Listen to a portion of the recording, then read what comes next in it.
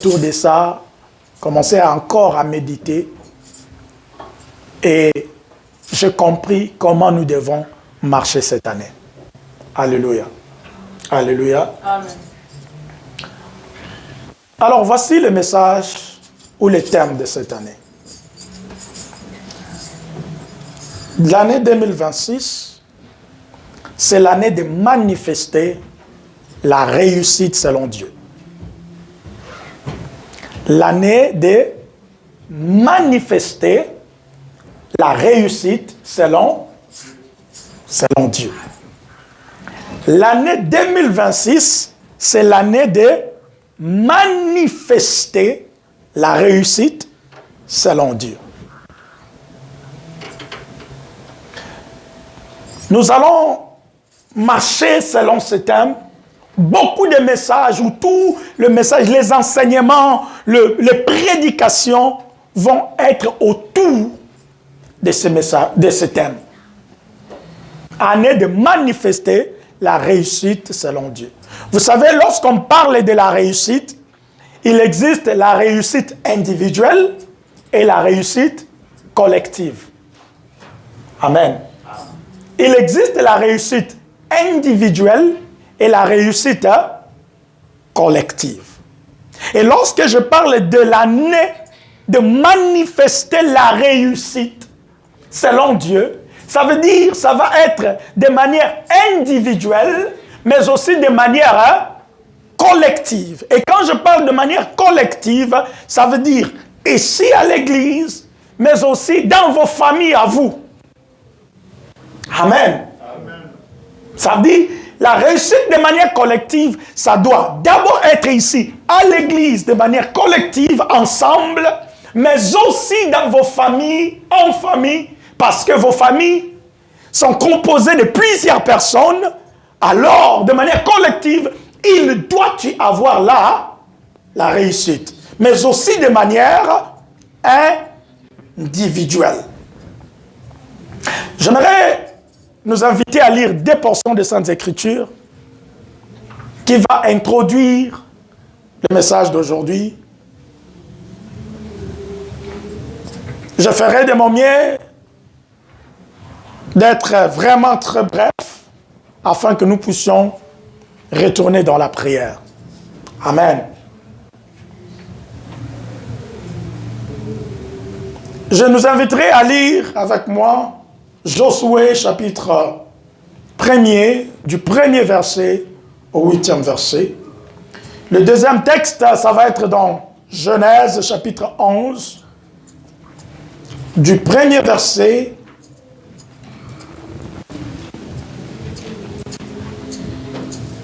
Genèse 11, du 1er verset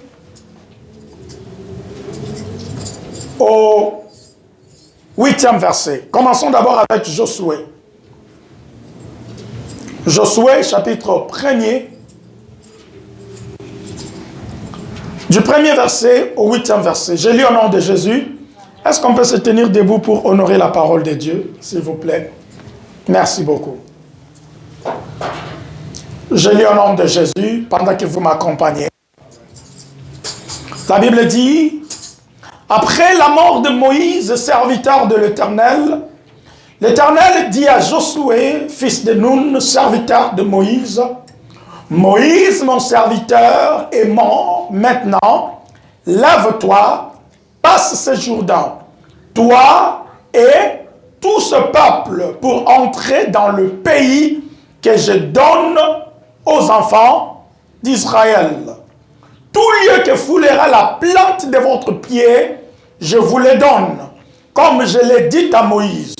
Vous aurez pour territoire, depuis le désert et le Liban, jusqu'au grand fleuve, le fleuve de l'Euphrate, tous les pays des Étiens, et jusqu'à la grande mer vers le soleil couchant. Nul ne tiendra devant toi tant que tu vivras. Je serai avec toi, comme j'ai été avec Moïse. Je ne te délaisserai point, je ne t'abandonnerai point. Fortifie-toi et prends courage, car c'est toi qui mettras ce peuple en possession du pays que je jurai à leur père de leur donner. Fortifie-toi seul et aie bon courage en agissant fidèlement selon toute la loi que Moïse, mon serviteur, t'a prescrite, n'étant détourné ni à droite ni à gauche, afin de réussir, vous écoutez le mot, afin de réussir dans tout ce que tu entreprendras.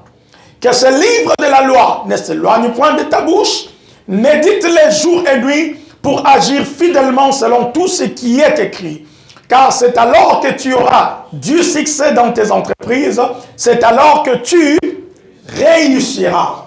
C'est alors que tu réussiras. Ne t'ai-je pas donné cet ordre? Fortifie-toi et prends courage. Ne t'effraie point et ne t'épouvante point. Car l'Éternel, ton Dieu, est avec toi dans tout ce que tu entreprendras. Parole du Seigneur. Prenons Genèse chapitre 11. Nous allons lire cela et puis nous allons nous rasseoir. Aujourd'hui, vraiment, nous allons lire beaucoup de textes bibliques, mais nous allons nous rasseoir et la lecture va se faire au fur et à mesure. Alléluia. Alors, Genèse chapitre 11, premier verset. Nous lisons au nom de Jésus. Toute la terre avait une seule langue et le même mot. Comme ils étaient partis de l'Orient, ils trouvèrent une plaine au pays de Shinéar et ils y habitèrent. Ils se dirent l'un à l'autre, allons, faisons. Vous écoutez ce qu'ils disent? Amen. Allons ensemble, faisons ensemble des briques et cuisons-les au feu, et la brique leur servit de pierre et le bitume leur servit de ciment. Il dit encore, allons, bâtissons-nous une ville et une tour dont les sommets touchent au ciel. C'était ça leur vision. C'était ça leur vision. Et c'était ça leur objectif, leur but.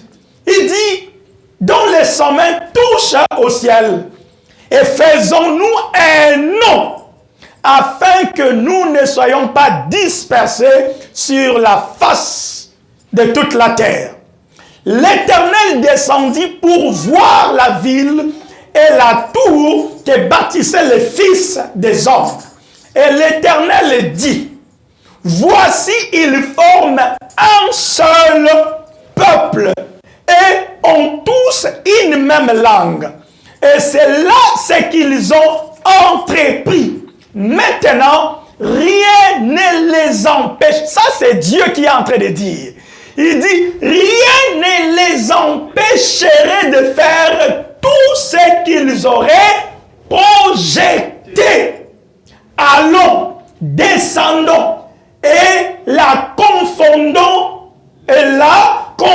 leur langue, afin qu'ils n'entendent plus la langue les uns des autres. Et l'Éternel les dispersa loin de là, sur la face de toute la terre. Et ils cessèrent de bâtir la ville. Parole du Seigneur. Amen. Alléluia. On peut se rasseoir. Merci beaucoup. Amen, amen. Je nous avais dit à l'introduction que lorsqu'on parle de la réussite, il existe la réussite individuelle et la réussite collective. Dans le livre de Josué que nous avons lu, Josué chapitre 1er, du 1er au 8e verset, là, il s'agit aussi de la réussite, mais il y a la réussite individuelle, mais il y a aussi la réussite collective, dans Josué chapitre 1er, du 1er au 8e verset. Mais ici, dans Genèse chapitre 11, il s'agit de la réussite collective. Parce que là-bas, il dit, ils sont en train de dire, allons, bâtissons. Ça veut dire qu'ils sont en train de parler ensemble. Même Dieu a dit un seul mot, une seule langue. Ça veut dire qu'ils ont entrepris de faire quelque chose, mais ensemble. Alléluia. Amen, amen. Et nous avons dit que cette année, c'est l'année de manifester la réussite. Vous savez, lorsque je reçu ce message et j'ai commencé à y méditer dessus, je me suis dit, mais quand on parle de la réussite, là, ça ne doit pas être seulement en une année. N'est-ce pas? La réussite, normalement, ça doit être chaque année. Ça veut dire toute ta vie, en fait. La réussite doit être quelque chose de toute ta vie. Pas seulement une année. Mais le pasteur revient et il nous dit, cette année, c'est l'année de manifester la réussite. Alléluia. Alléluia. Cette année, c'est l'année de manifester la réussite. Mais pasteur, la réussite, normalement, accompagne toute la vie. La réussite n'est pas seulement quelque chose d'une année. Alors, pasteur, tu veux en fait dire quoi? Amen, amen. Tu veux nous dire quoi? Quand vous me posez cette question, moi aussi je poserai la question à Dieu, ou la question que j'avais posée à Dieu. Seigneur, qu'est-ce que tu veux dire par le fait de manifester l'année, manifester la réussite? Et puis encore une année. Alléluia. Alléluia. En fait, lorsque nous parlons de l'année de manifester la réussite, l'objectif, en fait, est de nous conscientiser des choses ou des secrets ou des informations qui font en sorte que tu puisses réussir, pas seulement en une année, mais toute ta vie. Est-ce que quelqu'un m'a compris? Je répète. Lorsqu'on dit l'année de manifester la réussite, c'est comme l'année introductive à la réussite.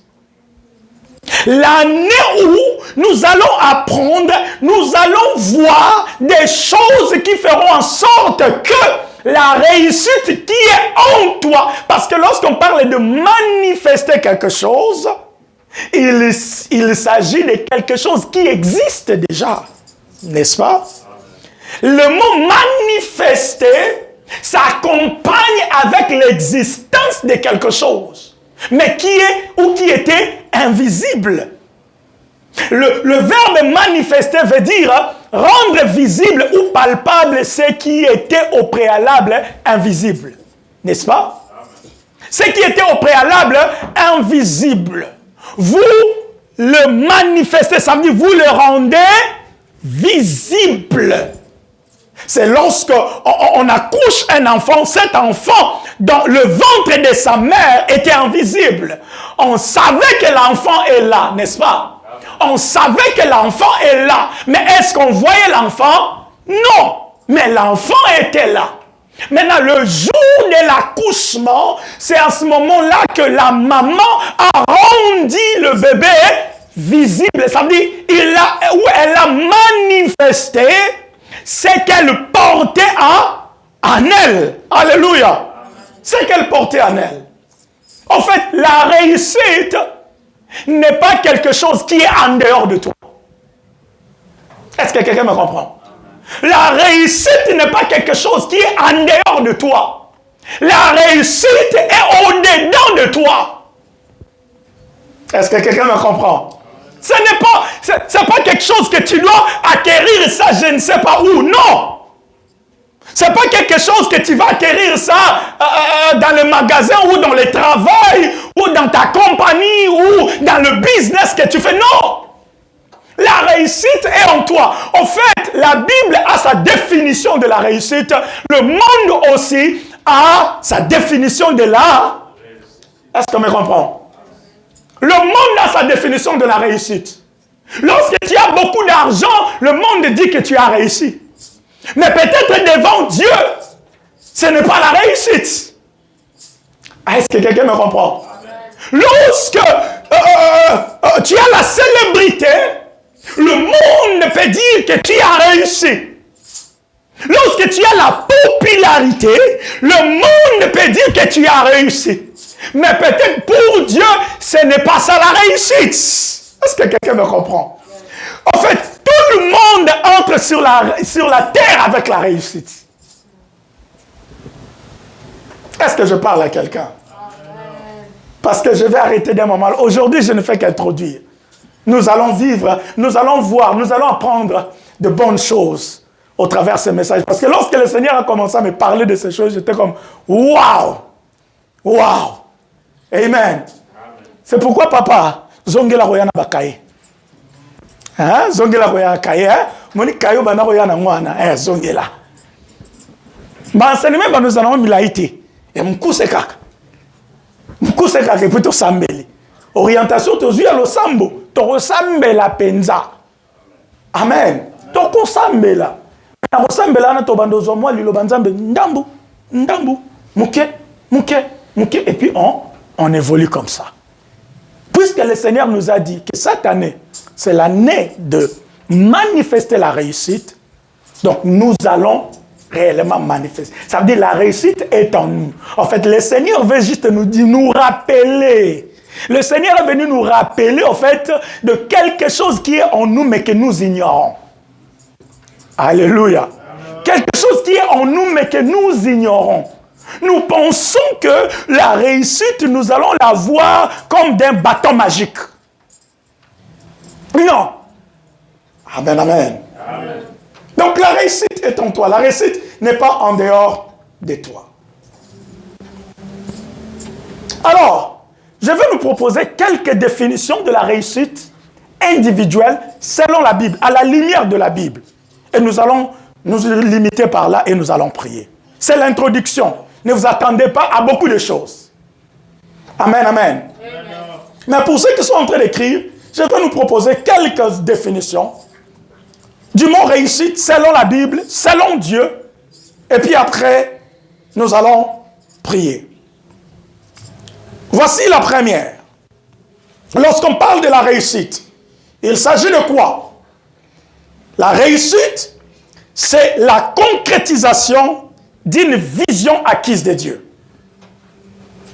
La première définition, c'est la concrétisation d'une vision acquise de Dieu. Revenons, retournons encore dans Josué chapitre 1er. J'aimerais que vous travailliez avec moi, s'il vous plaît, pour que nous puissions gagner le temps. Josué chapitre 1er, lisons du premier verset. Josué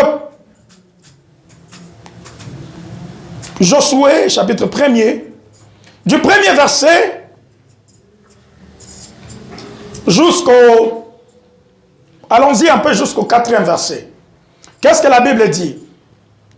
Après la mort de Moïse, serviteur de l'Éternel, l'Éternel dit à Josué, fils de Nun, serviteur de Moïse. Voici maintenant ce que Dieu a dit. Où Dieu disait, Moïse, mon serviteur, est mort. Maintenant, lève-toi, passe ces Jourdains, toi et ce peuple, pour entrer dans le pays que je donne aux enfants d'Israël. Là, Dieu commence à mettre une vision dans Josué. Est-ce que vous voyez ça? Amen. Dieu vient dire à Josué, mon serviteur est mort. Toi, Josué, tu t'es retrouvé dans une vision collective. Ça veut dire que j'avais parlé à mon serviteur que vous allez entrer dans la terre promise. Mon serviteur est venu avec le message et vous tous, vous avez reçu la vision et vous avez fait de ça une vision collective en se disant que nous allons entrer dans la terre promise.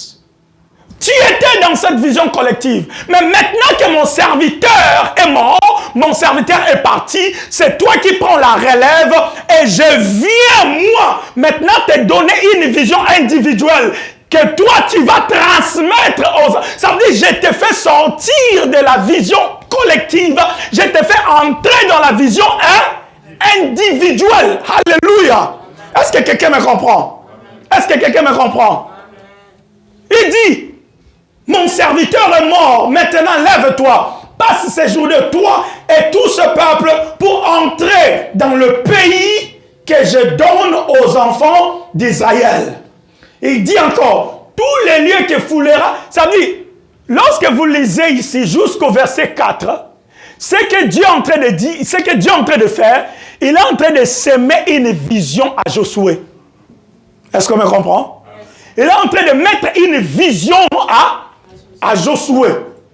Il dit, tout lieu que foulera la plante de votre pied, je vous le donne. Je vous le donne comme je l'ai dit à Moïse. Vous aurez pour territoire, c'est toujours la vision. Vous aurez pour territoire. Ça veut dire que si les détails qu'il est en train de dire à Josué ici, ce sont les détails qu'il avait dit à Moïse, que Josué n'avait pas. Maintenant, lorsque Moïse est parti, il vient maintenant donner les détails à Josué, au successeur de Moïse.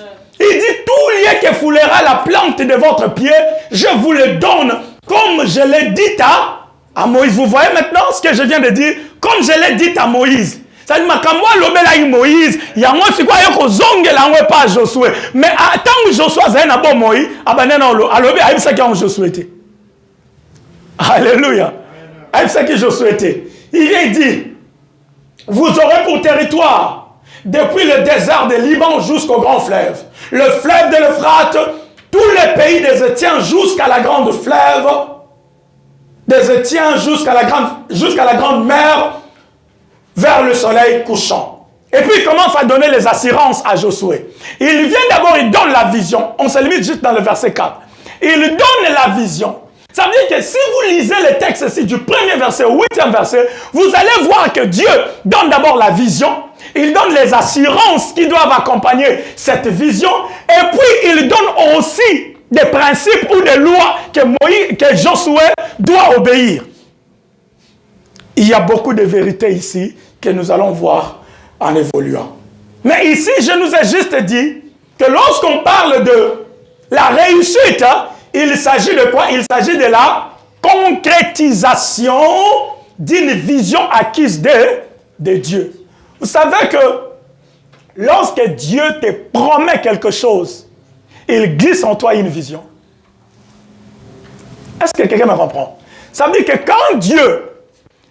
Supposons que Dieu ne t'avait pas encore parlé, mais maintenant, il vient te dire que je fais de toi mon serviteur, ou je te rendrai grand. Est-ce que quelqu'un me comprend? Je ferai en sorte que le monde te connaisse. Avant que Dieu ne te dise ça, tu n'avais pas ça dans ton esprit, n'est-ce pas? Ça veut dire que parfois, tu ne te voyais pas à une grande personnalité. Comprenez? Tu ne te voyais pas une personne élevée. Tu ne te voyais pas une personne de notoriété. Tu ne te voyais pas comme ça. Tu ne te voyais pas que les gens seront en train de te suivre. Tu ne te voyais pas produire des résultats. Mais lorsque Dieu vient te donner une promesse, automatiquement, il sème en toi une vision. Parce que là, tu commences maintenant à te voir selon la promesse. Lorsque Dieu dit que je te fais mon prophète, c'est-à-dire qu'en ce moment-là, tu commences à te voir comme prophète. Alléluia. Lorsqu'il dit à Moïse, j'ai fait de toi Dieu, Moïse avant n'avait pas la mentalité d'un Dieu. Mais lorsque Dieu vient lui promettre en disant, je fais de toi Dieu, et Aaron va être ton prophète, en ce moment-là, la vision de Moïse a shifté. Moïse commence à se voir comme un Dieu. Est-ce que quelqu'un m'a compris? Amen. Ça veut dire, quand Dieu te promet quelque chose, il a semé en toi la vision. Maintenant, la concrétisation de cette vision-là, Dieu considère ça comme réussite. Est-ce que quelqu'un m'a compris? Amen. Deuxième définition. Lorsqu'on parle de la réussite, ici j'ai bien dit que je vais définir la vision selon, plutôt la réussite selon la vision de la Bible. Alléluia. Deuxième, la réussite, c'est aussi l'acquisition de ce qu'on voudrait avoir. Deuxièmement, la réussite, c'est quoi? C'est la concrétisation de ce qu'on veut avoir ou de ce qu'on voudrait avoir. Alléluia. Deutéronome chapitre 29, verset 9. Nous allons lire des passages. Nous allons lire des passages. Des passages. Deutéronome chapitre 29, verset 9. Et puis nous allons prendre Genèse chapitre 39. Chapitre 39. Si je ne vous donne pas toutes les définitions, parce que j'ai prévu au moins 6 définitions, mais si je ne donne pas aujourd'hui toutes ces définitions, je continuerai ça peut-être le dimanche prochain par la grâce de Dieu. Alléluia. Parce que je vais, d'un moment à l'autre, je vais arrêter pour que nous prions. Je ne serai pas long comme j'avais promis et comme j'avais eu l'orientation prophétique. Amen, amen. Deutéronome chapitre 29, verset 9. Celui qui a trouvé peut lire pour nous, vite fait pour gagner le temps. Au nom de Jésus. Amen. Pendant ce temps, quelqu'un d'autre va préparer Genèse chapitre 39, 21 à 23. Deutéronome 29, verset 9. Vous observerez donc les paroles de cette alliance et vous les mettrez en pratique afin de réussir dans tout ce que vous ferez. Enfin, est-ce que vous avez écouté cela? La Bible dit, vous observerez donc les paroles de cette alliance et vous les mettrez en pratique afin de faire quoi? De réussir dans tout ce que vous ferez. N'est-ce pas que quand tu t'engages à faire quelque chose, c'est parce que tu veux quelque chose? Alléluia. Est-ce que quelqu'un me comprend? Quand tu t'engages à faire quelque chose, c'est parce que tu veux quelque chose derrière cet engagement-là. Lorsque tu t'engages à commencer une entreprise, un business, c'est parce que tu as des objectifs derrière ce business, n'est-ce pas? Lorsque tu t'engages à commencer une relation, c'est parce que tu veux avoir quelque chose dans cette relation. Est-ce que quelqu'un me comprend? Lorsque tu décides de commencer, ce que Dieu a dit, il dit, afin de réussir dans tout ce que vous ferez.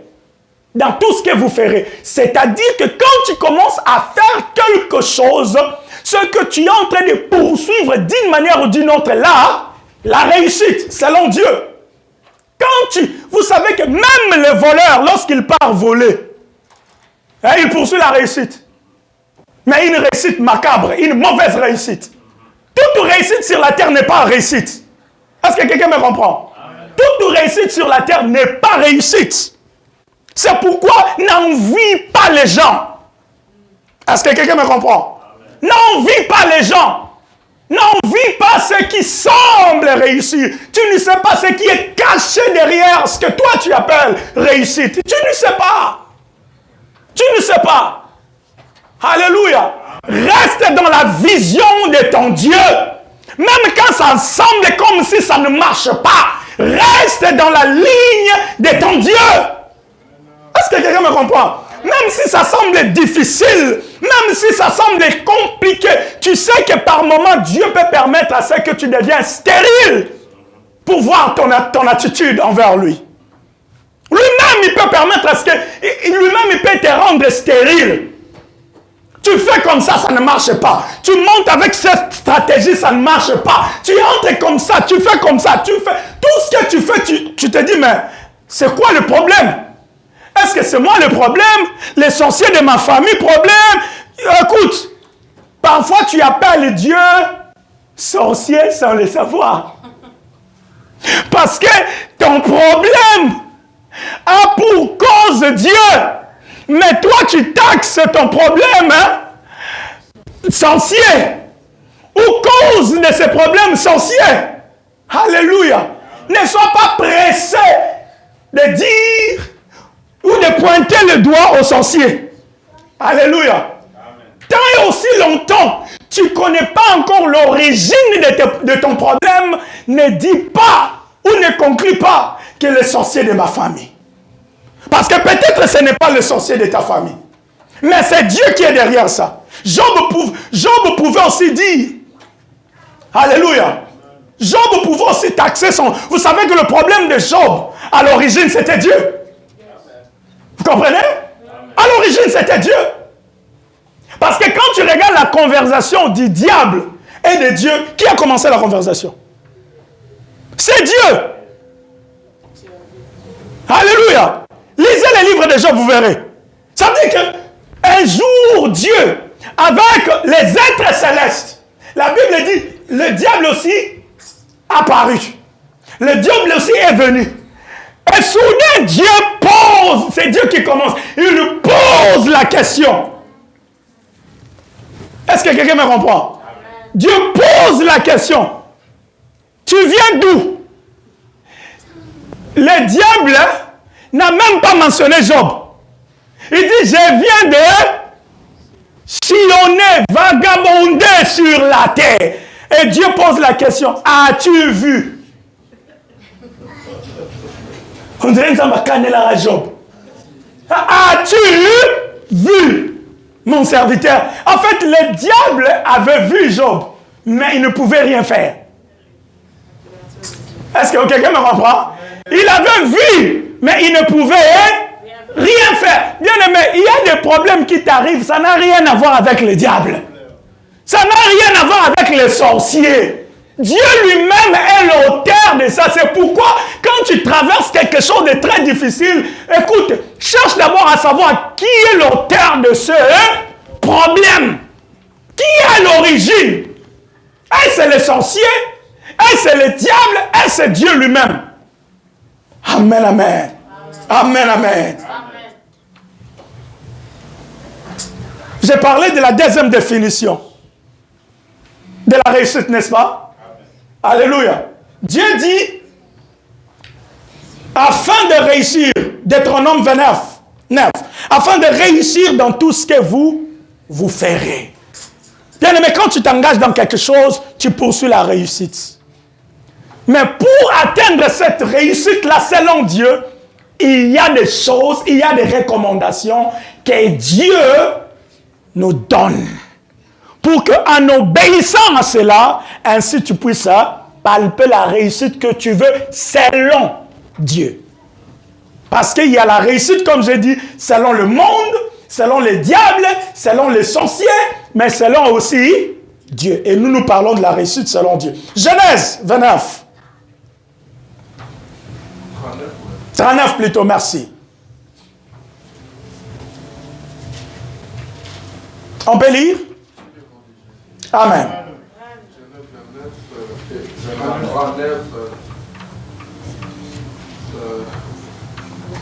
21, 23. L'Éternel fut avec Joseph, et il attendit sur lui sa bonté. Il lui mit en faveur aux yeux du chef de la prison. 22. Et le chef de la prison plaça sous sa surveillance tous les prisonniers qui étaient dans la prison. Et rien ne s'y faisait que par lui. 23. Le chef de la prison ne prenait aucune connaissance de ce que Joseph avait en main. Et l'Éternel était avec lui. Et l'Éternel donnait de la réussite à ce qu'il faisait. Alléluia. L'Éternel donnait de la réussite à ce que Joseph faisait. Et c'était où? En prison. Bien aimé, c'était en prison que que Dieu accordait à Joseph là la réussite. Alléluia. Alléluia. L'acquisition de ce qu'on voudrait avoir. Ça, c'est la deuxième définition. On dit bien que l'Éternel faisait réussir ce que Joseph faisait, mais où? Dans la prison. Bien aimé, tu peux être libre, mais tu ne réussis pas. Tu peux être dans une forme de prison. Pour toi, c'est une forme de prison. Mais pour Dieu, c'est la réussite. Quelqu'un m'a compris? Ça peut sembler la prison. Pour toi, tu te dis, mais qu'est-ce que j'ai vu? Qu'est-ce que je suis en train de vivre à mon Dieu? Mais pour Dieu, c'est la réussite. C'est pourquoi la définition de Dieu de la réussite, ce n'est pas la même définition que le monde. Il y a des moments où Dieu peut te faire réussir pendant que le monde est en train de dire que tu échoues. Est-ce que quelqu'un me comprend?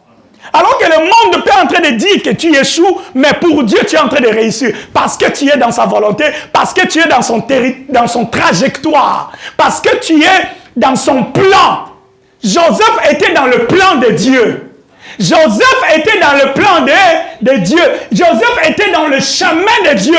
C'est le chemin que Dieu avait tracé pour Joseph. Et il était dans ce chemin-là. Le fait qu'il était, même si le monde pouvait interpréter ça de l'échec, mais pour Dieu c'était la réussite, parce qu'il était dans le chemin que Dieu avait tracé pour lui. Bien-aimé, ne définis pas la réussite comme le monde. Est-ce que quelqu'un me comprend? N'appelle pas la réussite selon le monde. Appelle la réussite selon Dieu. Alléluia. Amen. Troisième définition. Troisième définition, avant-dernière que je vais vous proposer. Et puis, on va s'arrêter par là aujourd'hui. Troisième. C'est le résultat concret d'un objectif. Troisième définition de la réussite, selon la Bible. C'est le résultat concret d'un objectif conçu par un individu.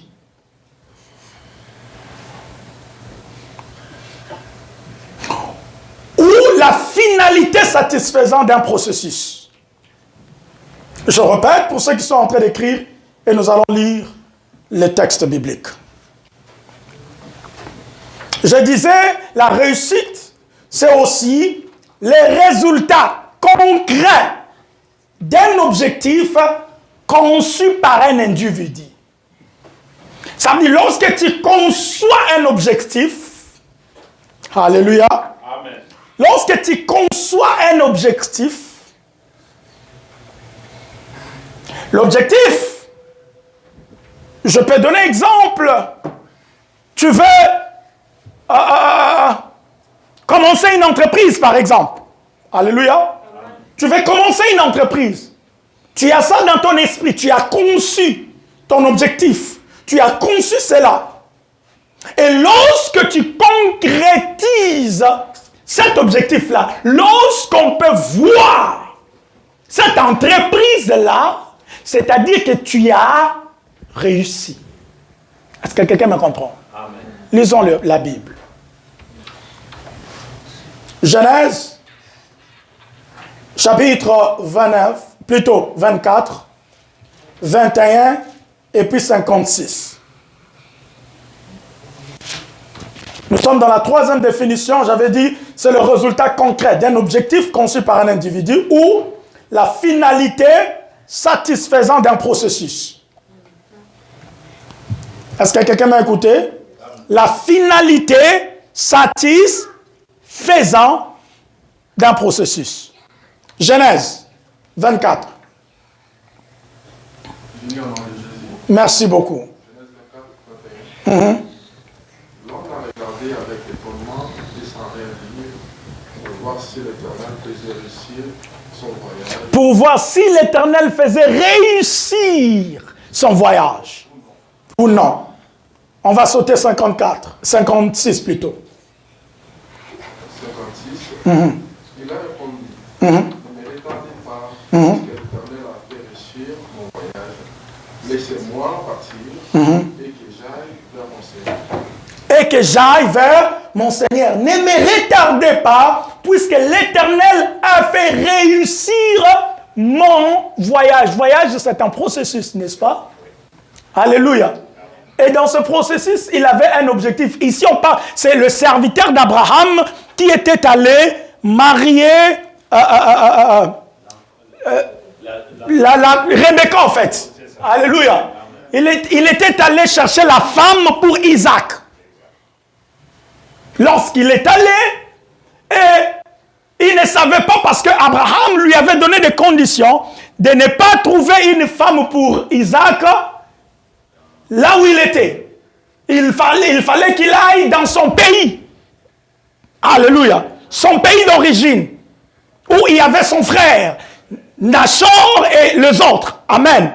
Alors, lorsque Abraham va envoyer son serviteur, et le serviteur va poser la question en disant, mais si je ne trouve pas la femme là-bas, comment je veux faire? Abraham lui a fait jurer que si tu ne trouves pas, tu seras acquitté de ces vœux que je te fais jurer ici. Et c'est là que le serviteur d'Abraham va partir en voyage pour chercher la femme pour Isaac. Et lorsqu'il arrive dans sa destination, il arrive et il fait une prière à Dieu. Une prière avec des critères. Alléluia. Parfois, faire une prière avec des critères, ce n'est pas mauvais. Mais il ne faut pas que ça soit excessif.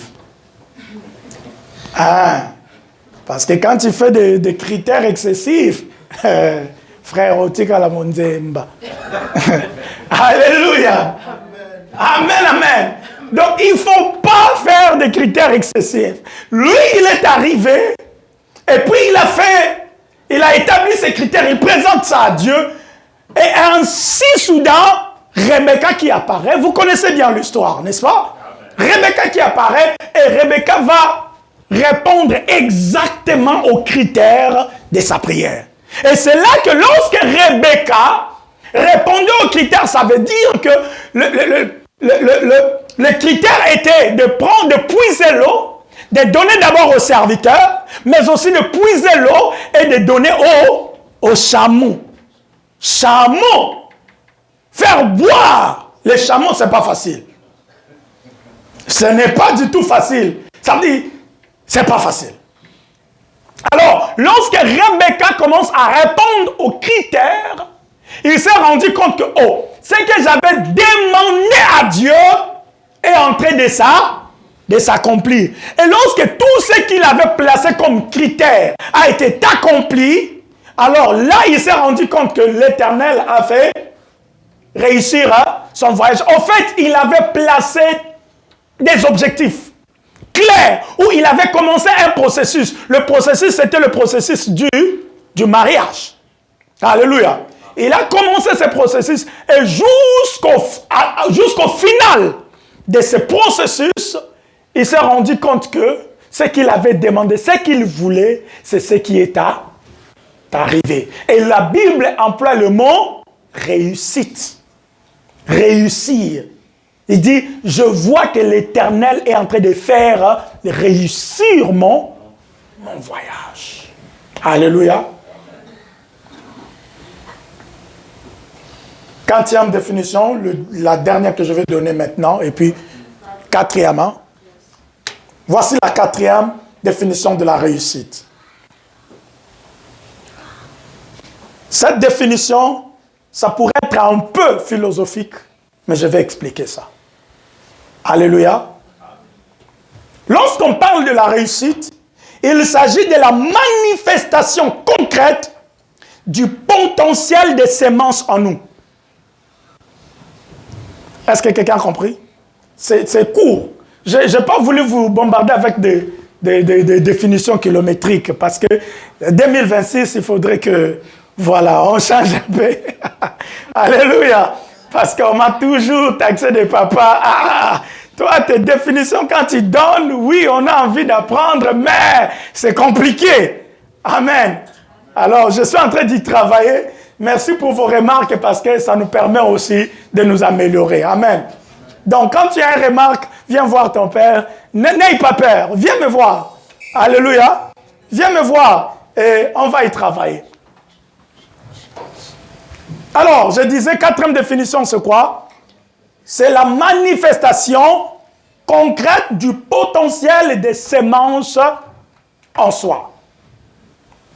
En fait, de manière concrète, lorsqu'on parle de la manifestation concrète du potentiel en toi, ou la manifestation du potentiel des semences en toi, c'est-à-dire que tel que tu es là, Dieu t'a créé avec des semences. Lisons d'abord la Bible. Je ne vais pas expliquer mes pensées à moi. Voyons la Bible. Genèse chapitre 1er. Quelqu'un m'a dit, papa, tu m'as fait aimer Genèse. En fait, Genèse, c'est la fondation de tout. Et c'est la fondation de tout. Genèse, chapitre 1er. Quand tu comprends Genèse, tu comprends beaucoup de choses. Chapitre 1er, verset 11 à 12. Est-ce que vous y êtes? Je lis au nom de Jésus. La Bible dit, « Puis Dieu dit que la terre produise de la verdure, de l'herbe portant quoi? Des arbres fruitiers donnant du fruit selon leur espèce et ayant en eux de quoi? Ayant en eux leur semence. » C'est ici que l'histoire du succès même s'est révélée. Portant en eux leur semence sur la terre. Et cela fut ainsi. La terre produisit la verdure de l'herbe portant de la semence, selon son espèce, et des arbres donnant du fruit, ayant en eux leur semence. Vous savez que dans, comment on appelle ça? C'est la noix le noix de l'avocat par exemple. Vous savez que dans cette semence de l'avocat, il y a plusieurs avocatiers. Vous savez qu'il y a le forêt des avocatiers dans cette semence seulement, une seule semence de l'avocat ou même de la mangue. Est-ce que quelqu'un me comprend? Est-ce que vous commencez à arriver? La semence de la mangue, une seule, mais a tout un forêt de manguiers. Ça veut dire le forêt, c'est le potentiel de cette semence. Cette semence-là, cette semence porte en soi, ça veut dire lorsque Dieu crée, quels que soient les arbres, les animaux ou l'humain, il a mis en eux la semence ou des semences. Et à l'intérieur de ces semences, il y a du potentiel. En fait, le potentiel, c'est la réussite. Est-ce que quelqu'un me comprend? Ça veut dire, parce que lorsqu'il y a la semence en toi, et lorsque la semence ne manifeste pas, ne produit pas ses potentiels, c'est-à-dire que cette semence n'a pas réussi. Yes. Est-ce que quelqu'un me comprend? Ça veut dire que la semence n'a pas réussi. Il faut, pour parler de la réussite d'une création, il faudrait que la semence qui est dans cette création-là puisse manifester, produire ses potentiels. Alléluia. Avant que je puisse avoir les 4 enfants ici, j'étais seul. C'est pourquoi, dans une des vérités sur la réussite, j'ai toujours dit que l'homme est multi-réussite. Alléluia. Amen. Est-ce que je vous ai perdu? Non. Je vous ai perdu. L'homme est multi-réussite. Ça veut dire qu'en toi, il y a plusieurs réussites au-dedans de toi. Pourquoi? Parce qu'en toi, il y a plusieurs semences destinées à produire plusieurs choses. Alléluia. Aujourd'hui, j'ai produit 4 enfants. Ces enfants sont le produit d'une sorte de semence en moi. Papa, mène-moi le livre qui est là. Vite, cours, on doit gagner le temps. Amène-moi un livre qui est là. En moi, il y a plusieurs semences. En toi, il y a plusieurs semences. Alléluia. Amen. Alléluia. Vous voyez ça?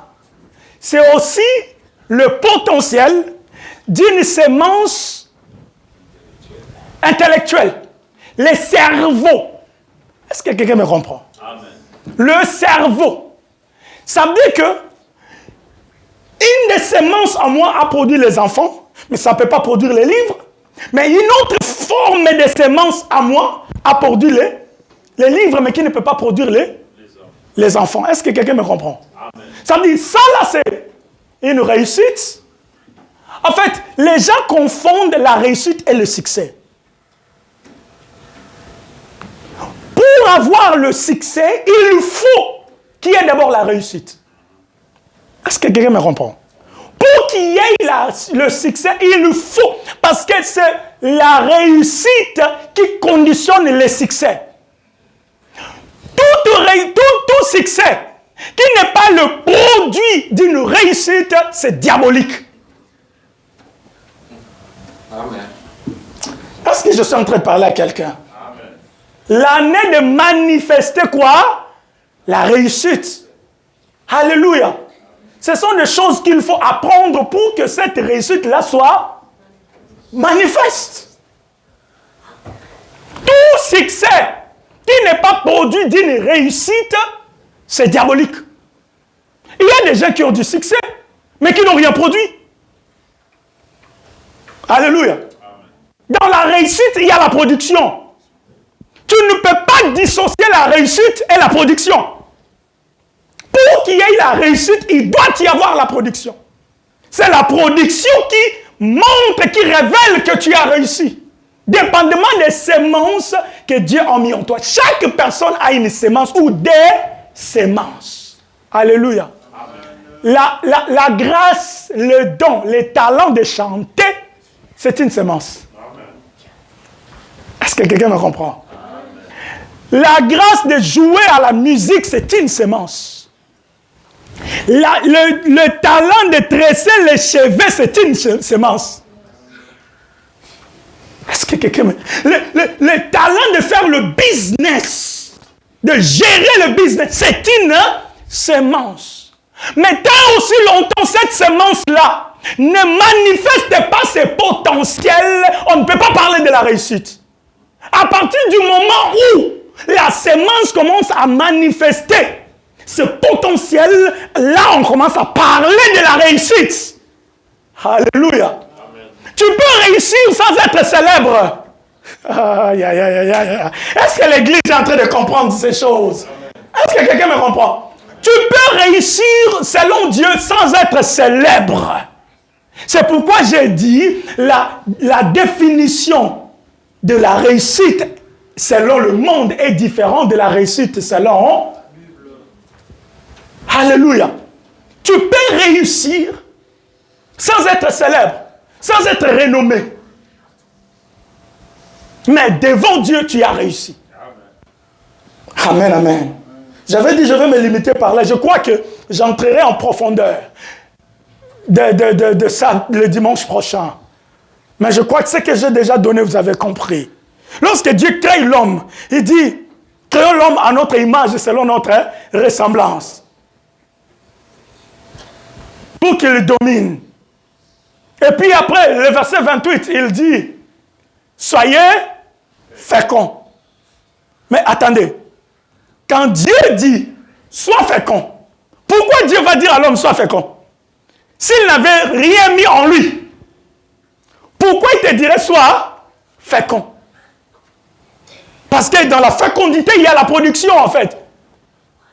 Dieu, lorsqu'il dit, sois fécond, il est en train de te dire, sois productif. Bon, si tu n'as rien mis en moi, comment je vais être productif? Vous comprenez? Amen. Ça veut dire que Dieu a mis quelque chose en toi et il est en train de s'attendre à ce... En fait, la réussite sur la terre, c'est la volonté parfaite de Dieu.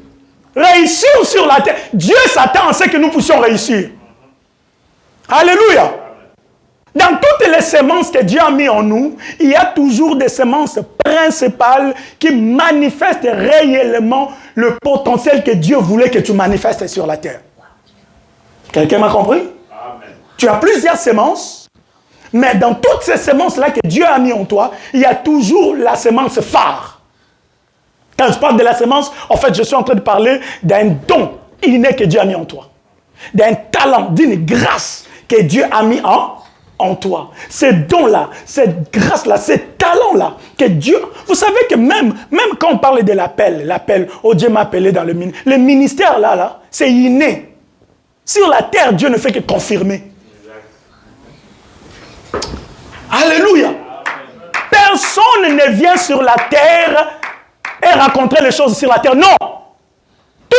qui vient sur la terre, il vient avec tout ce que Dieu a voulu qu'il vienne avec sur la terre. Amen. Sur la terre, Dieu ne fait que révéler. Moïse, étant que libérateur des enfants d'Israël, en venant sur la terre, il était déjà venu comme libérateur des enfants. Oh my God. Il était déjà comme libérateur. C'est pourquoi tu verras même toutes ces actions. Ça veut dire que la chose qui est en lui le pousse à manifester ce qui est en lui. Ça veut dire qu'il voit ses frères en train de se... Il voit un Égyptien en train de battre un Égyptien, un Israélien. Il vient, il veut manifester ce qui est en lui. Pourquoi? Alléluia. Il prend l'Égyptien, il le tue. Il vient encore un autre jour. Il voit des Israélites en train de se battre. Pourquoi? Ça veut dire que c'est la chose qui est en lui. Il était déjà né libérateur. Dieu lui a juste raconté pour lui révéler ce qui est déjà en lui. Oh my God. Que Dieu commence à te révéler des choses qui sont en toi. Que Dieu te révèle ce qui est en toi. Que Dieu te révèle ce qui est en toi. J'ai pris au nom de Jésus ce que tu ignores là, la grâce qui est en toi, le don, la sémence que Dieu a mis en toi, qu'il le révèle au nom de Jésus-Christ. Que le Seigneur bénisse sa parole. Amen. Que le Seigneur bénisse sa parole. Amen. Alléluia.